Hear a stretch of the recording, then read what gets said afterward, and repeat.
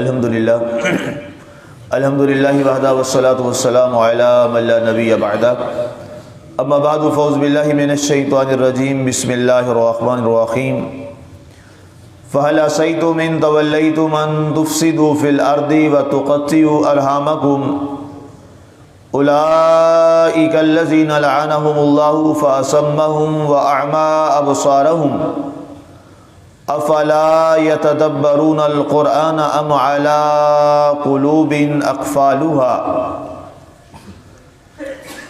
کیا تم یہاں تک پہنچ گئے ہو کہ منہ اٹھائے زمین میں فساد مچا دو اور رشتہ داریوں کے حقوق کاٹتے پھرو؟ یہ وہ لوگ ہیں جنہیں اللہ نے اپنی رحمت سے دور کر دیا ہے، اس نے ان کے کان بہرے بنا دیے اور آنکھیں اندھی کر دیں۔ کیا یہ لوگ قرآن میں تدبر نہیں کرتے یا پھر کیا ان کے دلوں پر تالے پڑے ہوئے ہیں؟ آج ہماری سورہ محمد کی آیہ مبارکہ 24 تک کی تلاوت و ترجمہ کا شرف نصیب ہوا۔ سامن کل والی آیہ مبارکہ میں جہاد کے حوالے سے گفتگو ہماری ہو رہی تھی، اور اہل ایمان اور اس کے مقابلے میں دوسرے وہ لوگ جو منافقین ہیں ان کے اعمال کے حوالے سے بات ہوئی، اور ان کی منافقت کا اللہ تعالیٰ نے پردہ چاک کیا کہ وہ کس انداز میں منافقت کرتے ہیں اللہ اور اللہ کے رسول کے ساتھ۔ اس کے بعد اللہ تعالیٰ نے ان کے ایک سوال کا یہاں پہ جواب بھی دیا ہے۔ جب انہیں یہ حکم دیا گیا کہ تم اللہ کی راہ میں جہاد کرو، تو چونکہ ان کے دلوں میں منافقت تھی اور وہ جہاد کرنا نہیں چاہتے تھے۔ جیسے عام مثال دی جاتی ہے کہ من حرامی اجتے ہیں ڈھیر، جب کوئی کام نہ کرنا ہو تو پھر بڑے ہیلے بہانے نکل آتے ہیں۔ اب ان کے دلوں میں جہاد سے دوری تھی بنیادی طور پر، اور جہاد کرنا نہیں چاہتے تھے۔ تو اس بنیاد پر ہوا یہ کہ انہوں نے کہا کہ اے محمد صلی اللہ علیہ وآلہ وسلم، اگر ہم جہاد کریں گے تو یہ تو انسانیت کا قتل ہو جائے گا، زمین میں فساد پڑ جائے گا، اور اگر ہم جہاد کریں گے تو یہاں تو ہمارے جو مشرکین، یہ ہمارے رشتہ دار ہیں، جو سارے ہمارے اعزا اقربا ہیں، ہمارے قبیلے کے لوگ ہیں، وہ قتل ہو جائیں گے۔ تو یہ کہاں روا اور جائز ہے کہ انسان اپنے رشتہ داروں کو قتل کر دے، انسان اپنے عزیز و اقربا کو ہی اپنی تلواروں سے قتل کر دے۔ انہوں نے یہ بہانہ بنایا حضور صلی اللہ علیہ وآلہ وسلم کی بارگاہ میں، تو اللہ تعالیٰ نے ان کو بے نقاب کیا اور ان کو یہ جواب دیا۔ فرمایا پیارے حبیب صلی اللہ علیہ وآلہ وسلم، ان سے آپ یہ فرمائیے نا کہ کیا وہ تمہیں دن بھول گئے ہیں جب تم اپنی زندہ بیٹیوں کو زندہ قبروں میں دفن کر دیا کرتے تھے؟ کیا وہ انسانیت کا قتل نہیں تھا؟ کیا وہ رشتہ دار نہیں تھی تمہاری بیٹیاں؟ اس وقت تمہیں کیا ہوا؟ تم نے تو اپنی بیٹیوں کو اٹھایا اور قبروں میں دفن کر دیا، زندہ درگور کر دیا۔ رشتہ دار بھی تھی، تمہاری بیٹی بھی تھی، تمہاری بھتیجی بھی تھی، تمہاری بھانجی بھی تھی، تمہاری پوتی بھی تھی، تم نے اس کا کوئی خیال نہ کیا۔ اور قتل تو ایک الگ چیز ہوتا ہے، تم نے اس کو زندہ اٹھا کے قبر میں ڈال دیا اور منو مٹی کے نیچے دبا دیا۔ اس وقت تمہاری یہ انسانیت کی محبت کہاں تھی؟ اس وقت تمہارا یہ فساد کہاں تھا؟ تم اپنی دولت کے حصول کے لیے تو کئی لوگوں کو قتل کر دیا کرتے ہو، تم راہزنی اور ڈکیٹی میں بڑے مشہور ہو، مال اور زر کسی سے چھیننے کے لیے تم کئی لوگوں کو قتل کر دیتے ہو۔ اس وقت تمہارا معاشرے میں فساد نظر نہیں آتا؟ جب جہاد کی باری آتی ہے تو تمہیں فساد نظر آ جاتا ہے۔ یہ والا طریقہ ختم نہیں ہوا، یہ 2021 20 فروری تک آج بھی جاری ہے۔ آج بھی وہ منافقانہ چالیں آج بھی ہیں۔ امریکہ چاہے تو افغانستان کے اندر بے قصور ہزاروں کی تعداد میں مسلمان کی بستیوں پر بم گرا دے، جو بے قصور لوگ ہیں، جن کا کوئی قصور بھی نہیں ہے، تو کیا کہتا ہے میں دہشت گردی کے خلاف جنگ کر رہا ہوں اور یہاں امن قائم کرنا چاہتا ہوں۔ 4000 بندہ مارنے کے بعد کون سا امن قائم ہوتا ہے؟ اور اگر اس کے مقابلے میں مسلمان اپنی بچیوں، بیٹیوں اور اپنے گھروں کی چار دیواری کے تحفظ کے لیے اگر وہ گن اٹھاتا ہے تو اسے کہا جاتا ہے یہ دہشت گرد ہے۔ عراق کے اندر کیا ہوا؟ آپ یہ 2002 کا اخبار پڑھ کے دیکھ لیجئے عراق کے اندر 200 خواتین کو برہنہ کر کے ان کے اوپر کتے چھوڑے گئے تھے، اخباروں میں چھپا، ہم نے پڑھا۔ امریکہ نے یہ کیا۔ عراق کے اندر بڑے بڑے ان کے جو اہم ہمارے لوگ تھے، صدام حسین کے ساتھ کیا کیا اس نے؟ اس کا کیا قصور تھا؟ اس کا صرف یہ قصور تھا کہ وہ کفر کے خلاف آنکھوں میں آنکھیں ڈال کے بات کرتا تھا، اور اس کو لٹکا دیا۔ افغانستان میں کیا ہے؟ یہ کون سا امن قائم کرنا چاہتے ہیں؟ اصل دہشت گرد تو امریکہ خود ہے، اصل ظالم تو یہ خود ہے۔ چاہتے یہ ہیں اگر مسلمان اپنے دفاع کے لیے وہ بندوق اٹھاتا ہے، مسلمان اپنے چار دیواری کے تحفظ کے لیے اپنا دفاع کرتا ہے، تو اسے کہہ دیا جاتا ہے یہ ٹیررسٹ ہے، یہ دہشت گرد ہے۔ اور خود چاہیں تو ریاستی سطح پر اتنی بڑی دہشت گردی کرتے ہیں کہ آ کر بے قصور مسلمانوں کی بستیوں پر بم گرا دیتے ہیں، اور آ کے کہتے ہیں کہ جناب ہم امن قائم کرنے آئے ہیں۔ کہ ایسا نہیں ہوا؟ کیا ابھی تک ایسا نہیں ہو رہا؟ عراق میں کیا ہوا؟ شام میں کیا ہوا؟ مصر میں کیا ہوا؟ بوسنیا میں کیا ہوا؟ چیچنیا میں کیا ہوا؟ روہنگیا میں کیا ہوا؟ ریسنٹلی یہ میں باتیں کر رہا ہوں، جب یہ 2 4 6 ماہ کی باتیں ہیں، کوئی پرانی باتیں میں نہیں سنا رہا۔ روہنگیا کے اندر اللہ کی بنا انسان وہ تصویریں نہیں دیکھ سکتا۔ یقین کریں، وہ میڈیا پر لائیو جو چلتی تھی تو اتنی ہمت نہیں ہوتی تھی کہ بندہ ٹی وی اب دیکھ لے۔ ٹی وی دیکھنے کی انسان میں ہمت اور جرت نہیں ہوتی تھی۔ سوشل میڈیا پہ وہ آتی تصاویر تو انسان دیکھ نہیں سکتا تھا۔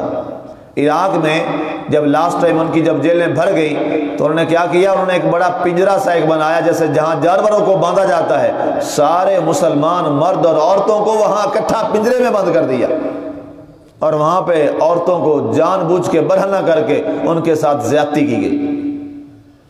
یہی حال ہمارے روہنگیا کے مسلمانوں کے ساتھ کیا گیا، ان کی خواتین کے ساتھ ایسا کیا گیا۔ چلے ان سے واپس آ جائیے، قریب ترین جہاں پہ اب تک یہ حال چل رہا ہے، مقبوضہ کشمیر کو دیکھ لیجیے۔ مقبوضہ کشمیر کا کیا عالم ہے؟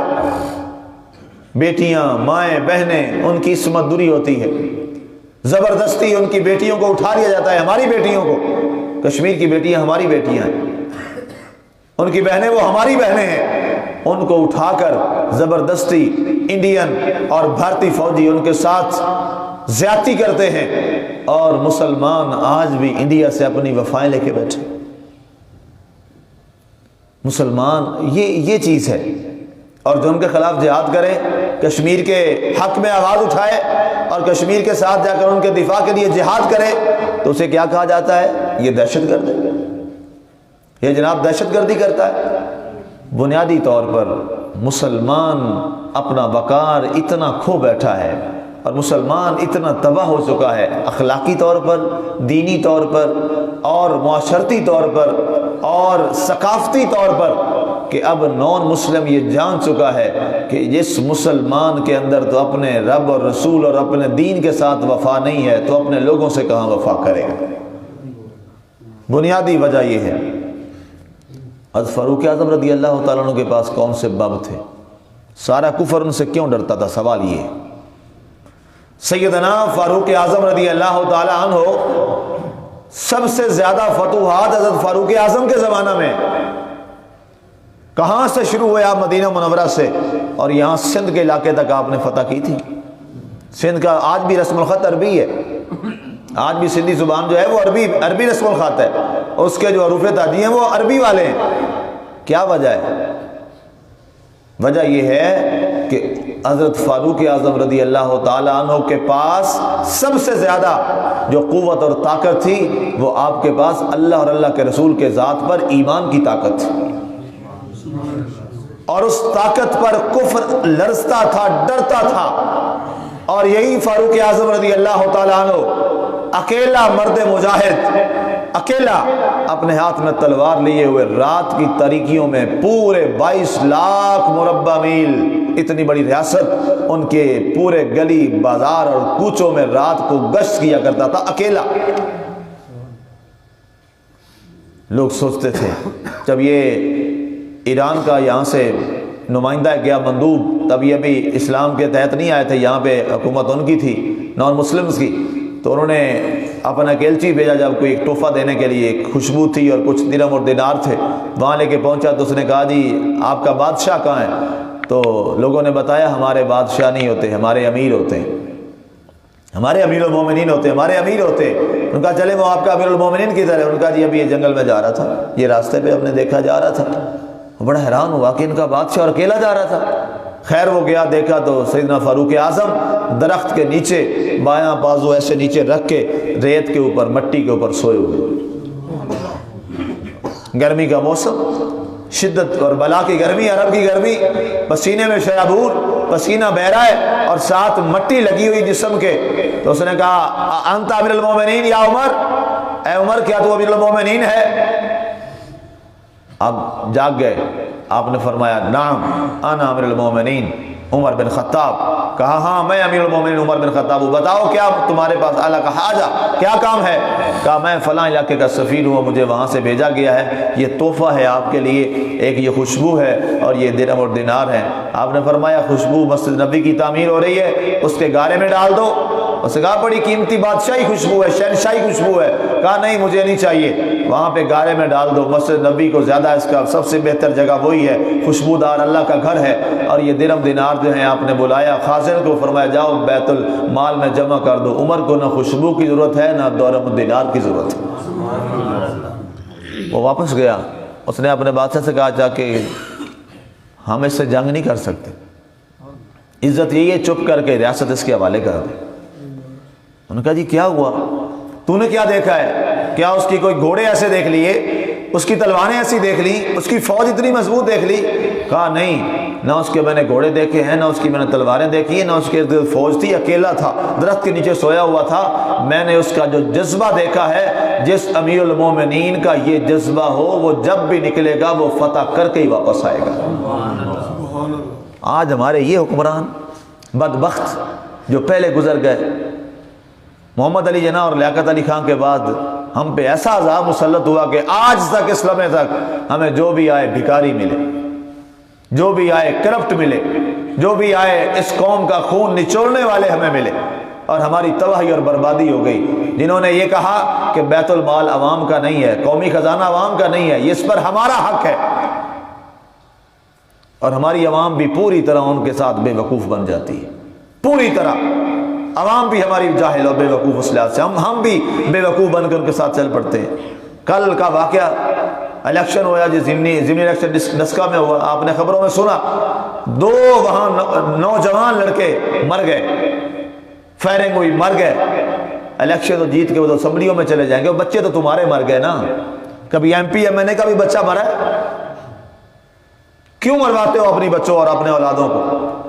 5 بچے ابھی ہاسپٹلائز ہیں، 2 گجرانوالہ رات انہوں نے ڈی ایچ کیو میں کیے ہیں، بڑی سیریس کنڈیشن میں۔ الیکشن کے مزے وہ لوٹیں گے، گاڑیوں کے مزے وہ لوٹیں گے، ہوٹل کی گاڑیوں کے مزے وہ اٹھائیں گے، اور بچے آپ کے ذبح کروا رہے ہیں۔ خدا را اس جذبے جنون سے نکل جاؤ، یہ جاہلانہ جنون ہے۔ ہمارے لوگ بھی جناب لڑ پڑتے ہیں آپس میں۔ کتنی دفعہ آپ کے یہاں کا ایم پی ایم این آپ کا حال پوچھنے آیا ہے، کتنی آپ کی فوتگیوں پہ آیا ہے؟ میں تو کئی جنازوں میں تو گیا ہوں، میں نے تو نہیں دیکھا۔ کتنے آئے ہیں یہاں پہ آپ کی فوتگیوں پہ، آپ کے جنازوں پہ، آپ کے ساتھ کھڑے ہونے کے لیے یہاں کا ایم پی اور ایم این اے جو ہیں، اور آپ آپس میں لڑتے پھرتے ہیں۔ چھوڑ دو ان کی محبتیں، اس سے محبت کرو جو دنیا میں بھی تمہارے ساتھ ہوگا، قبر میں بھی تمہارے ساتھ ہوگا۔ اس سے محبت کرو، اس سے پیار کرو، اس سے عشق اور لو لگاؤ، جو دنیا میں بھی جہاں تکلیف ہوگی، میرا یقین ہے جب بھی کہو گے یا رسول اللہ میں تکلیف میں ہوں، تیرا میرا رسول ضرور پہنچے گا۔ قبر میں جاؤ گے، ایمان اور محبت ہے، میرا آپ سے وعدہ ہے، اس سے محبت اور وفا سچی کرو، خدا کی قسم قبر میں تم بعد میں پہنچو گے، تمہارا رسول قبر میں پہلے بیٹھا ہوگا وہاں پہ۔ اس سے وفا کرو، اس کی خاطر لڑو، کسی سے لڑنا ہے، اس کی خاطر اولاد قربان کرو، پھر تمہاری قدر بھی ڈال دے گا۔ ہم ان دنیا دار کتوں کے پیچھے لڑائی جھگڑا، برادریاں، فسادات، جناب رشتہ داریاں ساری ہم تباہ کر کے بیٹھ جاتے ہیں اور اپنے اوپر ظلم کرتے ہیں۔